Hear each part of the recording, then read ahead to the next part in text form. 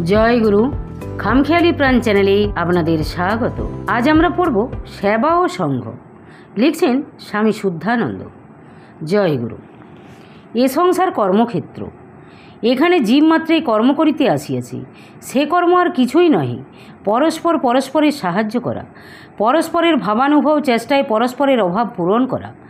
জগতের প্রত্যেক জীবজন্তু, বৃক্ষলতা, ফুল ফল, মৃত্তিকা, প্রস্তর, ধাতু, অগ্নি, জল, বায়ু সকলেরই মধ্যে বিশেষত্ব আছে ও সকলেই বিশেষ শক্তিতে শক্তিমান। আকিট ব্রহ্ম পর্যন্ত সকলেরই প্রয়োজনীয়তা আছে এবং সকলেই পরস্পরের সহায়তায় কেবল উন্নতির পথে লক্ষ্যাভিমুখে অগ্রসর হইতেছে। চরম লক্ষ্য এক হয়, কেহ কাহাকেও হেয় জ্ঞান করিতে পারে না, কারণ একের অবস্থা অতিক্রম করিয়া অন্যের যাইবার ক্ষমতা কোথায়?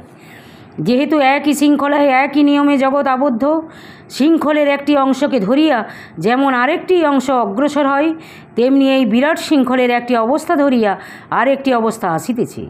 সুতরাং একটি তৃণের অবস্থা দিয়াই আজ ব্রহ্মা ব্রহ্মত্ব প্রাপ্ত হইয়াছেন, অর্থাৎ একটি তৃণও ব্রহ্মার ব্রহ্মত্ব প্রাপ্তিতে সহায়তা করিয়াছি। সুতরাং সামান্য কীট হইতে আমরা উপকার পাই, আবার দিন হইয়াও আমরা রাজরাজেশ্বরের উপকার করিতে পারি। জগতের প্রত্যেক পদার্থই পরস্পর এই রূপে সংযুক্ত হইয়া বিরাট বিশ্ব সংসারের কর্মপ্রবাহ অব্যাহত রাখিয়াছে। পরের জন্যই জীবন। তাই সদাশয় গৃহস্থ আপনাকে শত বিপদে বিজড়িত করিয়া আপনার নরকের পথ পরিষ্কার করিয়াও স্ত্রী পুত্রের সুখ স্বাচ্ছন্দ্যতার জন্য ব্যস্ত। ধন্য তাহারা পরের সেবায় এরূপে আপনাকে ভুলিয়া যাইতে পারেন। তবে কেহ জ্ঞানপূর্বক, কেহ বা কোনো অজ্ঞাত শক্তির অনুশাসনে জীবনের দৈনন্দিন কার্য সম্পাদন করিতেছে। সন্ন্যাসীর আদর্শ জগৎগুরু শিব, তিনি আপন ভুলিয়া প্রত্যেক জীবের মঙ্গল বিধানার্থ সর্বদা কর্মনিরত। তিনি প্রকৃত সন্ন্যাসী, যিনি শিবের ন্যায় আমিত্বের সংকীর্ণ গণ্ডি বিশ্বময় প্রসারিত করিয়া সমবুদ্ধি ও সমদৃষ্টি সম্পন্ন হইয়া জগতের মঙ্গল সার সম্বল করিয়াছেন, যিনি পরকে অমৃত বিলাইয়া নিজের জন্য কালকূট সঞ্চিত করিতে এবং পরের গলায় মণিহার জড়াইয়া আপন কণ্ঠে ফণিহার দোলাইয়া আনন্দে গালবাদ্য করিয়া নৃত্য করিতে শিক্ষা করিয়াছেন। আমরা সকলেই যখন সেই অনন্ত পথের যাত্রী, যখন সকলকে একই রাস্তায় একই মুখে যাইতে হইবে, তখন আমরা স্বতন্ত্রভাবে অন্ধের ন্যায় বিপদে হাঁটিয়া কাটা খোঁচা ভাঙিয়া অনর্থক অশান্তি ভোগ করি কেন? এসো ভাই, আমরা মিলিয়া মিশিয়া পরস্পরে সহায়তা করিয়া হাত ধরিয়া সুপথ দেখাইয়া আনন্দ করিতে করিতে নিত্যগীত গাহিয়া চলিয়া থাকি। আমাদের পথকে আনন্দদায়ক ও শান্তিপূর্ণ করিয়া চলিতে কী দোষ আছে? তবে যে আমরা সেই রাস্তায় দুঃখ ভোগ করি, এ দোষ তো অপরের নহে, উহার কারণ আমরাই। উহা আমাদের উচ্ছৃঙ্খলতায় ও ব্যক্তিগত স্বাধীনতায় ঘটাইয়াছি। এই রূপে আমাদের অহংত্ব বজায় রাখিতে গিয়াই এত কষ্ট ভোগ করিতেছি। ইহার জন্য অপরাধী তো আমরাই। সুতরাং আমাদের অশেষ কষ্টদায়ক এই ব্যক্তিগত স্বাধীন ভাবকে সমূলে উৎপাটন করিয়া পরস্পরে মিশিয়া পরস্পরের সাহায্যে লক্ষ্যপথে অগ্রসর হইতে হইবে।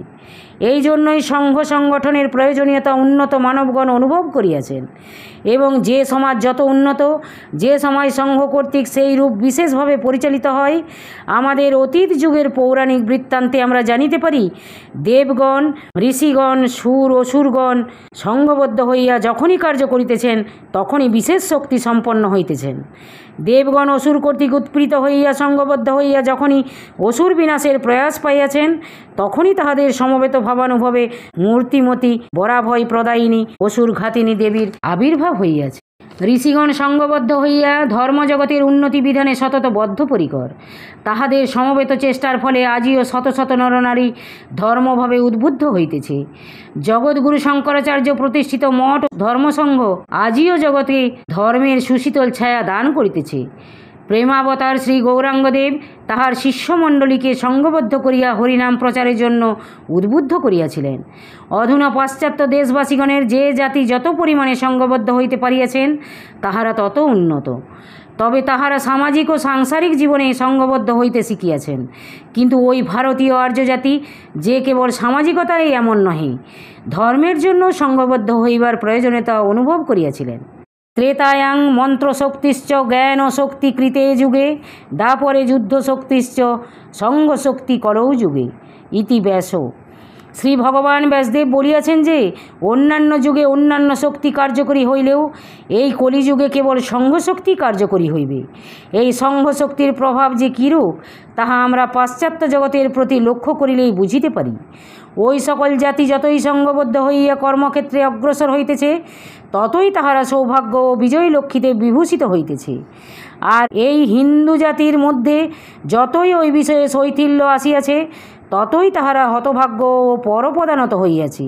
সুতরাং ভগবান ব্যাসদেবের বাক্যের সফলতা যে কীরূপ তাহা সকলেরই অনুভবনীয়। আর আমরা পূর্বেই বলিয়াছি, প্রত্যেকের মধ্যেই কিছু বিশেষত্ব রহিয়াছে, প্রত্যেকের মধ্যেই কোনো বিশেষ ভাবের খেলা হইতেছে। ভগবানের তাহাকে বিশেষ মূর্তিতে সৃষ্টি করিবার উদ্দেশ্য তাহাই। সর্বাংশে একরূপ অথচ বহু, এরূপ জগতের নিয়ম নহে। তাহা হইলে অহং বহুস্যাং প্রজায়েতি, এই বাক্যের সার্থকতা থাকে না। কাজেই আমাদের প্রত্যেকেই যখন কোনো বিশিষ্ট গুণের অধিকারী, তখন নিশ্চয়ই সেই বিশিষ্ট গুণ কোনো বিশেষ উদ্দেশ্যে সাধনের নিমিত্তই, নতুবা আমাদের প্রত্যেকের জন্মগ্রহণের কি উদ্দেশ্য ছিল। কিন্তু এখন চাই কি না, প্রত্যেকের সেই বিশিষ্ট গুণের সাহচর্যে আমাদের প্রত্যেকের অভাব পূরণ করিয়া সেই পূর্ণের দিকে অগ্রসর হওয়া। যাহার যে বিষয়ে অভাব আপনভাবে থাকিতে হইলে কখনোই বুঝিতে পারিবে না, কাজেই পূরণের চেষ্টাও আসিবে না। কিন্তু আমরা যদি সেই গুণ যাহাতে আছে তাহার সাহচর্য করি, তবে আমাদের সেই অপূর্ণ অংশ পূরণের জন্য স্বভাবতই উত্তেজনা আসিবে। সুতরাং আমরা এই রূপ পরস্পর সাহচর্যে নিজের অভাব দূর করিয়া পূর্ণ মানব হইতে পারিব। সিদ্ধযোগী মহাভাগ অবধূত বলিয়াছেন, আমার 18 জন গুরু। সেই গুরু আবার পিপীলিকা ইত্যাদি নিকৃষ্ট প্রাণী, কারণ তিনি ওইরূপ নিকৃষ্ট প্রাণীরও বিশেষত্ব উপলব্ধি করিয়াছিলেন এবং তাহাদের গুণানুশীলন করিয়া আপনাকে পূর্ণত্বের দিকে অগ্রসর করিয়াছিলেন। সুতরাং আমাদের অতি তুচ্ছের নিকটও শিখিবার আছে, ওই সহায়তা পাইবার সম্ভাবনা আছে। আমরা পরস্পরে সম্মিলিত হইয়া যদি কর্মক্ষেত্রে অগ্রসর হই, তবে নিশ্চয়ই প্রত্যেকে আপন আপন বিশেষত্ব দিয়া সেই কর্মপ্রবাহের শৃঙ্খলা সম্পাদন করিব ও কার্যটি সর্বাঙ্গ সুন্দর রূপে সম্পাদিত হইবে। সামঞ্জস্য ও সমবায়ের অভাবে সকল কার্যই পণ্ড হইয়া থাকে, সম্পন্ন হইলেও সর্বাঙ্গ সুন্দর হয় না। প্রত্যেকের মধ্যে বিশেষত্ব থাকিয়া কি হইবে, যদি না তাহা কার্যকরী হয়, যদি না তাহা বহুজন হিতায় বহুজন সুখায় উৎসর্গীকৃত হয়। রৌদ্র বৃষ্টিতে জীবনী শক্তি আছে, ভূমিতে উর্বরা শক্তি আছে, শস্যে উৎপাদিকা শক্তি আছে, কৃষকে দেশকালাদি অবস্থা বিবেচনা করিয়া শস্য উৎপাদনের শক্তি আছে। কিন্তু তাহাতে কি আসে যায়? এরূপ বিশেষত্ব থাকিলেই কি শস্য উৎপন্ন হইবে? না, কখনোই নহে। এই সকল বিভিন্ন শক্তিকে নিয়ন্ত্রিত ও তাহাদের সামঞ্জস্য সম্পাদন করিয়া কর্মক্ষেত্রে অগ্রসর হইলে তবেই শস্য উৎপন্ন হইবে। সেইরূপ মানবের প্রত্যেকের মধ্যেই কোনো না কোনো বিশেষত্ব রহিয়াছে। ওই বিশেষত্বগুলি যদি নিয়ন্ত্রিত ও একত্রিত করিয়া কর্মক্ষেত্রে অগ্রসর হওয়া যায়, তবে যে বিশাল সংঘশক্তির আবির্ভাব হইবে তাহা বাস্তবিকই অতুলনীয়।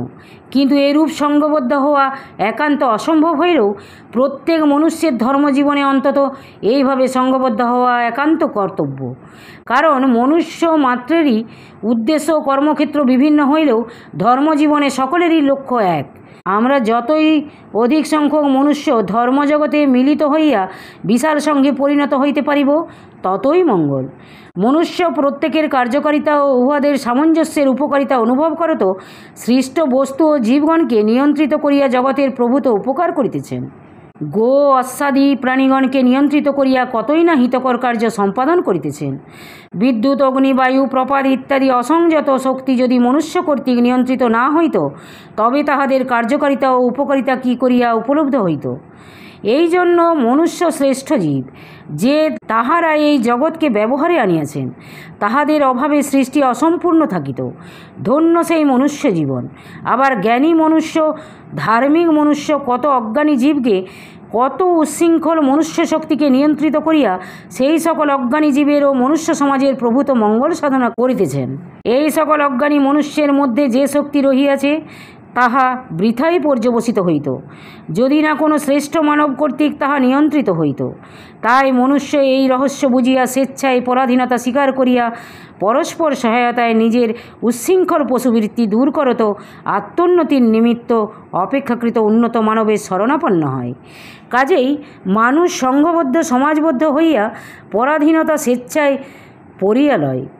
তাহাদের মধ্যে যাহারা জ্ঞানী তাহারা জানিয়া শুনিয়া স্বেচ্ছায় এ দাসত্ব বরণ করেন, আর যাহারা অজ্ঞানী তাহারা উন্নত মনুষ্য কর্তৃক বলপূর্বক নিয়ন্ত্রিত হয়। উচ্ছৃঙ্খল জীবন পশু জীবন, যে যত স্বাধীন সে তত উচ্ছৃঙ্খল। পশুপক্ষাদি নিকৃষ্ট জীবগণ পরস্পরের সহায়তায় প্রয়োজনীয়তা তত অনুভব করিতে পারে না, কাজেই তাহারা যেরূপ অনাদিকাল হইতে সেই রূপই রহিয়াছে। কিন্তু মনুষ্যগণ এই উচ্ছৃঙ্খল ভাব ত্যাগ করিয়া সংঘ ও সমাজবদ্ধ হইয়া যত নিয়ম শৃঙ্খলের অধীন হইয়াছে ততই জ্ঞানের স্ফুরণ হইয়াছে। যে সমাজ যত নিয়ম সংযমের অধীন সেই সময় তত জ্ঞানীও উন্নত। এই জন্যই হিন্দুদের এত নিয়ম সংযম আটাআটি বাঁধনের মধ্যে হইতে এত অধিক সংখ্যক মহাপুরুষের আবির্ভাব হইয়াছে। আর হিন্দুগণ বন্ধনের মধ্য হইতেই প্রকৃত স্বাধীনতা সুখ উপলব্ধি করিয়া থাকেন। সুতরাং প্রকৃত মনুষ্যত্ব লাভ করিতে হইলে, লক্ষ্যে পৌঁছিতে হইলে স্বাধীনভাবে চলিতে গেলে চলিবে না। তাহা হইলে আমাদের পশুবৃত্তিগুলি জাগরিত হইবে, আমাদিগকে পশু তুল্য করিবে। মানুষ হইতে হইলে নিয়ম সংযমের অধীন হইতে হইবে, আমাদিগকে সঙ্গবদ্ধ হইতে হইবে। এক্ষণে দেখা যাক সংঘের প্রকৃত অর্থ কী। যখন কোনো জনসমূহের মধ্যে পরস্পর অঙ্গাঙ্গী ভাব থাকে, যখন তাহারা পরস্পর আন্তরিক যোগে সংযুক্ত হয়, যখন একভাবে ভাবিত এক প্রাণে অনুপ্রাণিত থাকে, তখন সেই জনসমূহ সংঘ পরিণত হয়। শাস্ত্রাদিতে ঋষিগণের এইরূপ সংঘের পরিচয় পাওয়া যায়। উপনিষদ ব্রহ্মবিজ্ঞানকে ঋষিসংঘ জুষ্ট এই বিশেষণে বিশেষিত করিয়াছেন। প্রবাচ সম্যক ঋষিসংঘ জুষ্টম। বাস্তবিকই এই ঋষিসংঘই ব্রহ্মবিদ্যার ধারক, পালক ও রক্ষক। বৌদ্ধগণও এইরূপ সংঘের অস্তিত্ব স্বীকার করেন। কালস্রোতে হিন্দুর নৈতিক ও সামাজিক বন্ধন শিথিল হওয়ায় তাহারা এক্ষণে উচ্ছৃঙ্খলভাবে কিংকর্তব্য বিমূঢ় হইয়া লক্ষ্যভ্রষ্ট হইয়াছেন। এই বিশাল হিন্দু জাতিকে উন্নত করিতে হইলে সংঘবদ্ধ হইয়া কার্য করিতে হইবে, কারণ সংঘের প্রভাব অসীম। যেহেতু তৃণৈ গুণত্বমাপন্নৈ বর্ধন্তে মত্তদন্তিন। ভারতবাসীর ধর্মই আদর্শ। অন্যান্য জাতির যেমন বিশেষত্ব জড়বিজ্ঞান রাজনৈতিক ব্যাপারাদি লইয়া, এ জাতির বিশেষত্ব সেইরূপ ধর্ম লইয়া। ইহাদের লক্ষ্য একমাত্র ধর্ম। ধর্মের জন্যই এ জাতির প্রতিষ্ঠা ও গৌরব। ধর্মহীন হইলে এ জাতির জাতীয়ত্ব নষ্ট হইবে। সুতরাং আদর্শ ধর্মসংঘ প্রতিষ্ঠা করিয়া এই বিশাল হিন্দু জাতিকে আবার জাগাইতে হইবে। তজ্জন্য আদর্শ জীবন গঠন করিতে হইবে। এইরূপ জীবন গঠিত হইলে তাহাদের সংসর্গে যাহারা আসিবে তাহারাও ওইরূপ আদর্শ হইবে, কারণ সংসর্গজা দোষ গুণা ভবন্তি। এইরূপ আদর্শ জীবন গঠন করিয়া তাহা জগদ্ধিতায় উৎসর্গ করাই শ্রেষ্ঠ পুরুষার্থ। মদীয় আচার্যদেব এইরূপ শিক্ষায় ও ভাবে আমাদিগকে উদ্বোধিত করিতেছেন। মূল ভূগর্ভ মধ্যে লুক্কায়িত থাকিলেও বৃক্ষ যেমন তাহার পত্র পুষ্প শাখা প্রশাখা দিগন্ত বিস্তৃত করিয়া বহু সন্তাপিত প্রাণীকে নিজাশ্রয়ে সুশীতল স্থান দান করিয়া ও স্নিগ্ধ পল্লববৃন্ত সঞ্চালন করিয়া শান্তি দান করে, সেইরূপ আমাদের এই সেবা সংঘের মূল আমাদের ন্যায় দিনহীন ভিখারির হস্তে ন্যস্ত ও লুক্কায়িত থাকিলেও ইহার ফলভোগী জগৎবাসী হইবে। আমরা শ্রী শ্রী গুরু ব্রহ্মের চরণে এই প্রার্থনা করি যে সেবকগণের হৃদয়ে ভক্তি ও বাহুতে শক্তি সঞ্জাত হইয়া আমাদের এই সংঘ সংগঠনের ফল জগদ্ধিতায় পরিকল্পিত হোক। জয় গুরু, জয় গুরু। আজ এই পর্যন্তই। যদি আপনাদের ভালো লেগে থাকে তাহলে চ্যানেলটিকে সাবস্ক্রাইব করে সাথে থাকবেন। জয় গুরু, জয় গুরু।